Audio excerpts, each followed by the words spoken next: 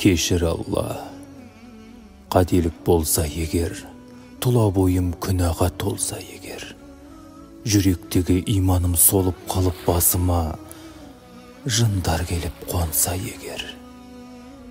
Кешір Алла, намазға жығылмасам, харам істен бас тартып тығылмасам, тура жолдан адасып абайсызда хақ жолына көз салып бұрылмасам. Кешір Алла, жетімді жылытпасам, тәкәппар боп жандарды жуытпасам, ақшасы жоқ туыспен араласпай жақын болған жандармен туыспасам. Кешір Алла, өмірден текке кетсем, біреулерді ренжітіп өкпелетсем, өр көкірек жан болып бұл өмірден өзгелерді менсінбей көкке кетсем. Кешір Алла.